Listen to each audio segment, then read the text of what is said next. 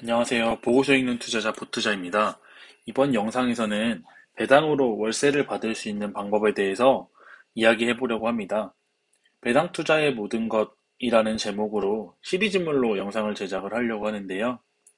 이번 영상에서는 보투자의 배당주 포트폴리오 공유하는 시간하고 배당주를 선정하는 기준에 대해서 함께 알아보는 시간을 갖도록 하겠습니다. 이 영상을 끝까지 시청하신다면 우량한 기업들로 배당주 포트폴리오를 꾸리는 방법하고 명확한 자신만의 배당주 선정 기준을 확립하실 수 있으실 겁니다. 그럼 영상 시작하겠습니다. 보투자는 배당주 투자를 21년 7월 달부터 시작을 하기 시작했습니다. 약 4개월 동안 진행을 했고요. 취지는 그렇습니다. 하루에 스타벅스에서 커피 사 먹을 1만 원으로 적립식 투자를 해보자. 이런 취지로 시작을 했습니다. 그래서 제가 사고 있는 것은 황금알을 낳는 거위, 이 녀석을 사고 있는 거고요. 이 거위가 11월 달부터 이제 이 알을, 황금알을 지속적으로 낳고 있습니다. 그래서 이 거위의 배를 절대 가르지 않을 생각이고요. 지속적으로 이 거위의 숫자를 늘려가서 거위가 낳는 황금알의 개수를 늘려갈 전략으로 진행을 해보겠습니다. 저희가 벌어들인 소득에는 크게 세 가지가 있습니다. 몸빵으로 자신의 시간을 투자해서 벌어들이는 소득하고, 반자동형 소득, 그리고 마지막으로 자동형 수익인데요. 저는 이 부분에 집중을 하고 있습니다. 내가 시간 투자를 하지 않고 내가 일하지 않아도 캐시플로우가 지속적으로 창출이 되는가? 이 부분에 계속 물음을 갖고 이 자동형 수익을 늘리는데 최대한 집중을 하고 있습니다. 그것의 일환으로 하루에 10,000원씩 배당주 투자를 진행하고 있는 거고요. 첫 번째로 포트폴리오 공유하는 시간을 갖도록 하겠습니다. 저는 4개월 동안 진행한 결과인데요. 저의 배당주는 삼성전자, 삼성전자 우선주, 그리고 맥쿼리 인프라, 현대차 EUB, NH 오런리츠, 그리고 미국 주식으로는 리얼티 인컴, 존슨앤존슨, 3M, 코카콜라, 머크 이렇게 있고요. 나머지 코랑코 에너지 리츠, SK 리츠, 타이거 부동산 인프라 고배당 이렇게 구성이 되어 있고요. 최근에 청약을 진행했던 미래에셋 글로벌 리츠까지 추가가 되겠네요. 미래에셋 글로벌 리츠는 기초자산이 페덱스 물류센터와 아마존 물류센터를 기초자산으로 하고 있습니다.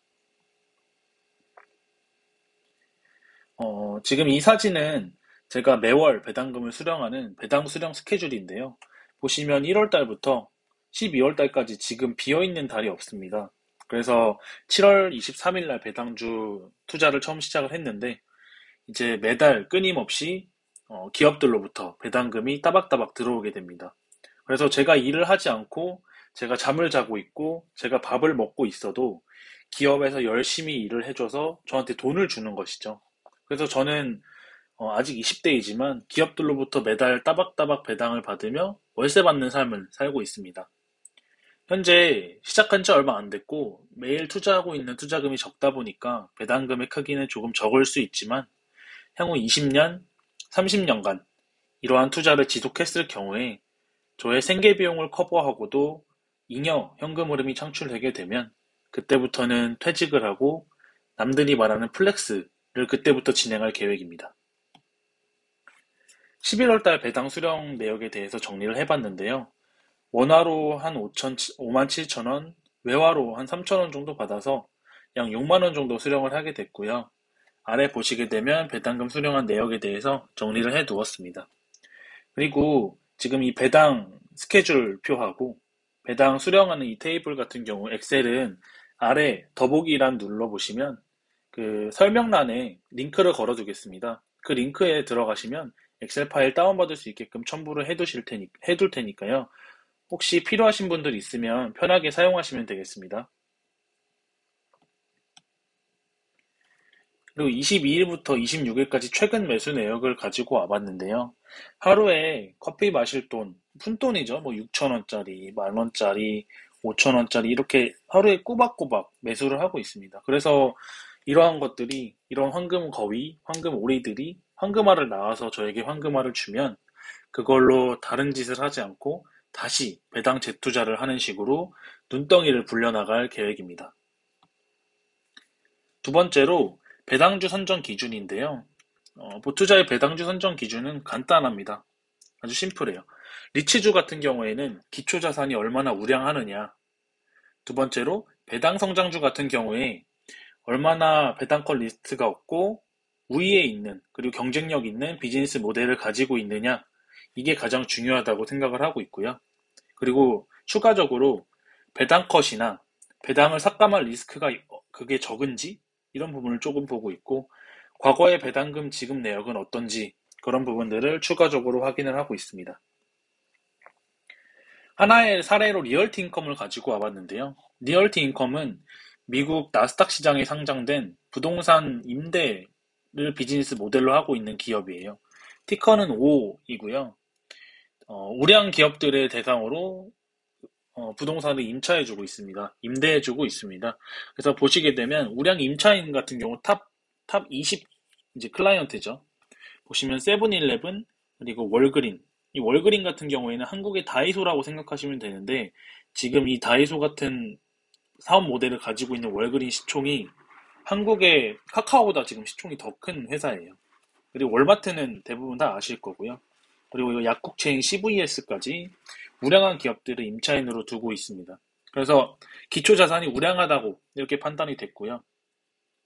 그 다음으로 보는 게 배당권 리스크가 적느냐, 그리고 배당 삭감 리스크가 적느냐, 이 부분을 보고 있는데요. 아래를 보시게 되면 7,000개 이상의 자산에 지금 투자를 하고 있고요. 장기 계약을 하고 있습니다. 그리고 650개의 다른 클라이언트들을 보유하고 있고요. 50개의 다른 나라에 투자를 하고 있으며 60개의 산업에 투자를 하고 있습니다. 그래서 달걀을 굉장히 다른 바구니에 많이 담아놓은 기업이죠. 그래서 어떤 산업에 리스크가 생기거나 어떤 기업에 문제가 생기더라도 그게 다양한 포트폴리오를 구성하고 있기 때문에 그 한 기업의 문제나 한 산업의 이슈로 인해서 배당이 나오지 않거나 배당이 줄어들 리스크가 현저히 작은 기업이라고 판단을 했습니다. 그리고 마지막으로 과거의 배당금 지급 내역을 확인을 해보는데요. 리얼티 인컴 같은 경우에는 맨 왼쪽에 보시는 94년도에 상장을 했기 때문에 그때 이후로부터 약 28년 동안 배당금을 지속적으로 증가를 시켜왔고요. 나스닥에 상장하기 전부터 계속적으로 배당금을 지급했다는 내용은 뒤쪽에서 확인을 하실 수 있습니다. 여하튼 나스닥에 상장한 94년 이래로 2021년까지 28년 동안 배당금을 지속적으로 증가를 해왔다. 이렇게 이해를 해주시면 되겠습니다. 그래서 추가적인 내용을 조금 보시면 나스닥에 상장한 1994년도 4년 이래로 연평균 수익률 15%를 제공을 해왔다. 그런데 94년 이래로 배당을 지급하는 연속 배당 지급 성장률이 5% 정도 되고요. 51년 동안 배당금을 연속적으로 지급을 해왔고요.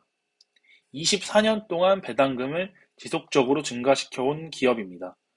이렇게 과거 배당금 지급 내역을 확인함으로써 향후에 이 기업이 주주들에게 배당 컷을 할지, 배당 삭감을 할지 그러한 리스크에 대해서 합리적으로 유추해 볼 수 있는 타당한 근거라고 생각을 하기 때문에 이러한 부분들을 지속적으로 체크를 하고 있습니다.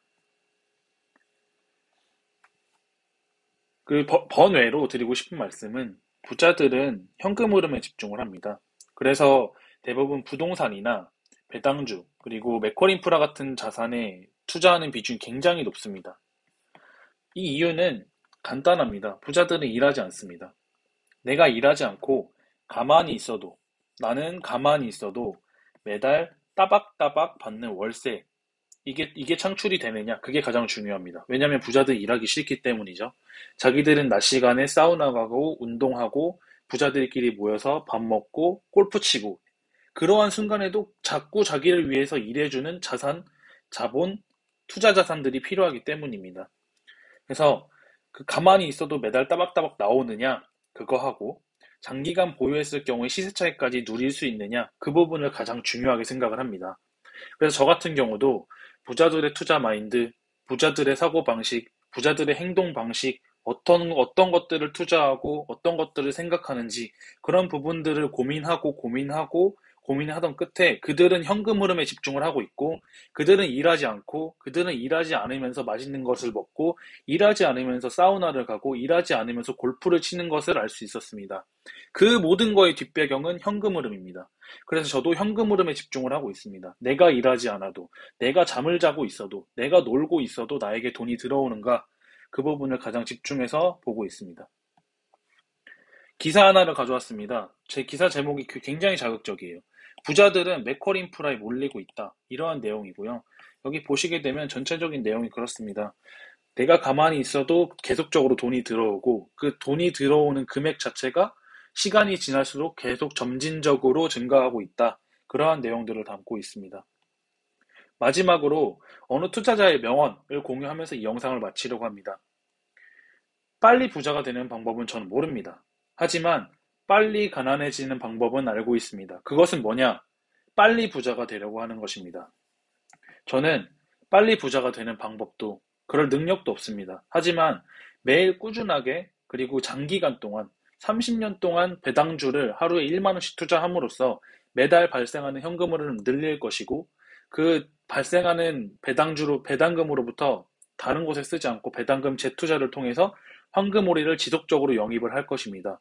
그래서 종국에는 나의 생활비용, 나의 생계비용을 커버하고도 배당금이 더 커서 은퇴를 하고 놀고 골프 치고 맛있는 거 먹고 잠자고 이런 생활을 영위하는 목표를 종국적으로 이루고자 합니다. 하지만 그걸 제가 빨리 이루고 싶은 생각은 없습니다. 그래서 제가 아직 20대이기 때문에 제 나이가 50이 넘었을